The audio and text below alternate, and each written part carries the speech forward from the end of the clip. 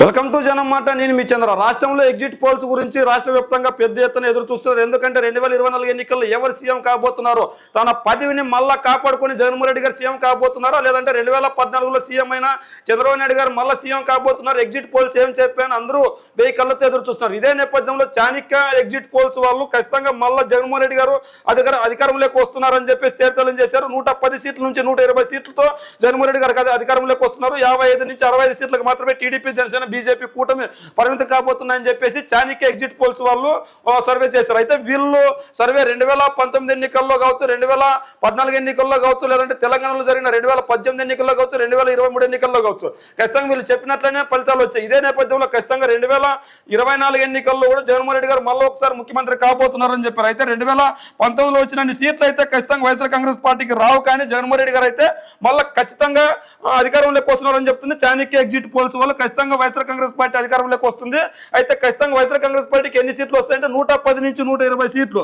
అంటే మనం ఇంతకు ముందు ఇంకో సర్వే కూడా చూసాం. ఆ సర్వేలో కూడా YSR Congress party clear cut గా 115 నుంచి 125 సీట్లు వైఎస్ఆర్ కాంగ్రెస్ పార్టీకి వస్తున్నాయని చెప్పేసింది. మరి చాణక్య సర్వే సంస్థ కూడా 110 నుంచి 120 సీట్లు అధికారంతో వైఎస్ఆర్ కాంగ్రెస్ పార్టీ వస్తుంది. అంటే ఒక 5 సీట్లు అటు ఇటు చెప్పినా కూడా ఈ రెండు ఎగ్జిట్ పోల్స్ కూడా వైఎస్ఆర్ కాంగ్రెస్ పార్టీ ప్రబలం సృష్టిస్తుందని చెప్తున్నారు.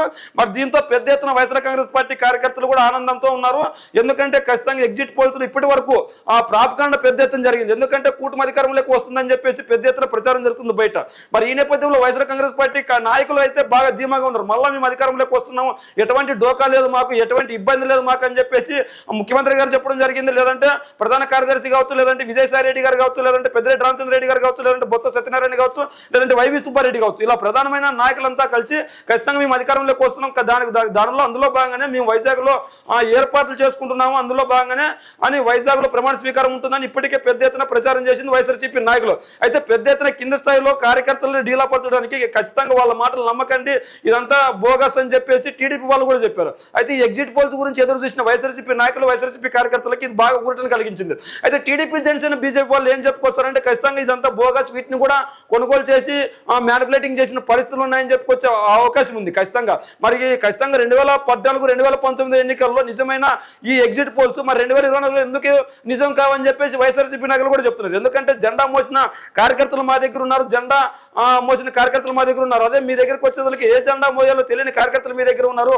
ఒకసారి ఏమో టీడీపీ జెండా మోయమంటారు, ఇంకోసారి ఏమో జనసేన జెండా మోయమంటారు, ఇంకోసారి ఏమో కాసేన జెండా మోయమంటారు. మరి ఈ 3 జెండాలతో సతమతమయ్యారు కార్యకర్తలు. అందులో భాగంగానే మీ పైన మీ కార్యకర్తలకి విసుగొచ్చి మాకు ఓటేశారని చెప్పేసి వైఎస్ఆర్సీపీ నాయకులు చెప్తున్నారు. మరి ఈ నేపథ్యంలో ఎగ్జిట్ పోల్స్ కూడా దానికి తగ్గట్టుగానే వైఎస్ఆర్ కాంగ్రెస్ పార్టీ గాలి మళ్ళీ బలంగా వీస్తుందని చెప్పడంతో మరి వైసీపీ కార్యకర్తల్లో నూతన ఉత్సాహం వచ్చి ఇంకా జోష్తో పనిచేసే అవకాశం ఉంటుంది. మరి టీడీపీ జనసేన బీజేపీ వాళ్ళేమో పెద్ద ఎత్తున ఒకటికి 5 రూపాయలు లేదంటే లక్షకి 5 లక్షలు ఇస్తామని రెచ్చగొట్టి పందాలు వేస్తున్నారు. మరి వీటన్నిటిని చూసిన తర్వాత వాళ్ళ భవిష్యత్తు ఏంటన్నది కూడా ప్రశ్నార్థకంగా మారింది.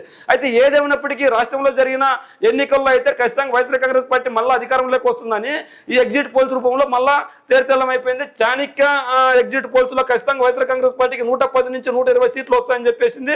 మరి అదేవిధంగా టీడీపీ జనసేన బీజేపీ అలయన్స్ కి 55 నుంచి 60 సీట్లకు మాత్రమే పరిమితం అవుతుంది. అంటే గతంలో 23 సీట్లకు పరిమితమైన 24 సీట్లకు పరిమితమైన టీడీపీ జనసేన ఇప్పుడు అనూహ్యంగా 55 నుంచి 65 సీట్లు, అంటే సగానికి పైగా పెంచుకోగలిగింది. దీంతో ఖచ్చితంగా వాళ్ళలో కూడా గట్టి ప్రతిపక్షం అయితే రాష్ట్రంలో ఉండనున్నదని మనకు తెలుస్తుంది. మరి ఎగ్జిట్ పోల్స్ ఖచ్చితంగా నిజమైతాయంటే ఒక 10 సీట్లు అటు ఇటు కావచ్చు.